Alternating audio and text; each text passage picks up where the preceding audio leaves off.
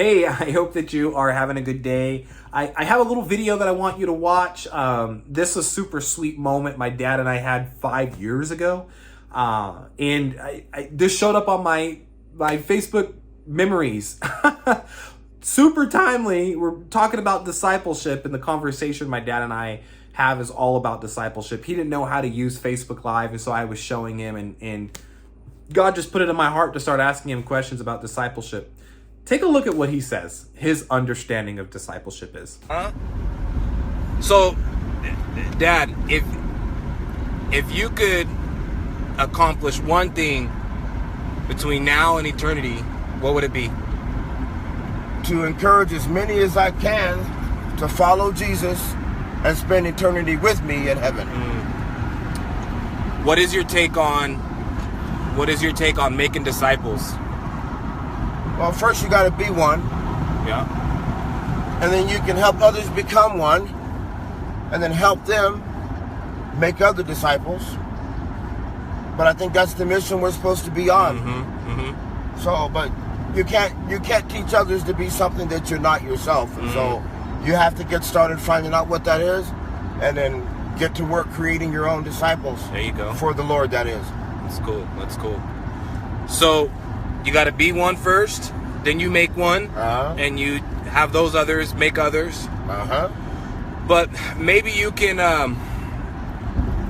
tell everybody what's a life of a disciple look like, in your own opinion. Well, it's a life of worthy sacrifices, where that next soul for Christ is more important than your earthly desires, where Christ has gone all the way for you, and so you need to be prepared to go quite a distance for others. None of us can go as far as he did, but we can demonstrate that same love wherein we go without some of the things that make us comfortable. We step outside our comfort zone so that others can learn what it's like to live with Christ. Sacrificial service sounds like giving your life away. Christ died for us so that we can live. So I try to live that example. Everybody knows I'm a crazy Raider fan, always have been. But I'll tell you what, I have been in church many Sundays when they have been on TV getting beat. I mean, when they've been playing on TV. Yeah. And so the fact of the matter is, I mean, to me, some might say that's not a sacrifice. Well, guess what? When you're a Raider fan like me, that's a sacrifice. Yeah. But it's got to start somewhere. It's got to start somewhere. You know, and so if the more I go without for Jesus, the more I get from Jesus. There you go. So there's always a payback. There's always something that you get for each sacrifice. So. There you go. Well, there you have it. Got to sacrifice. Got to sacrifice for God. Got to lay yourself down, take up your cross. Jesus said, if anyone come after me, you must deny themselves, take up their cross. That's a good word right there. Hey guys, thanks for tuning in. I just wanted you guys to meet my dad. I'm sure you guys have seen lots of pictures of him, but I just want to pray for him that he's a Raiders fan. He needs revival. He needs a spirit of... he needs to feel some love. His Raiders are leaving him. They're going to... Isn't that good? He talks about obedience and sacrifice, and we're going to continue to pray for him because, yes, he is a Raiders fan, unfortunately, and they've not come back from Vegas. They are full-pledged Vegas Raiders now. But obedience, right? Just that willingness to step into the things that God says we should step into.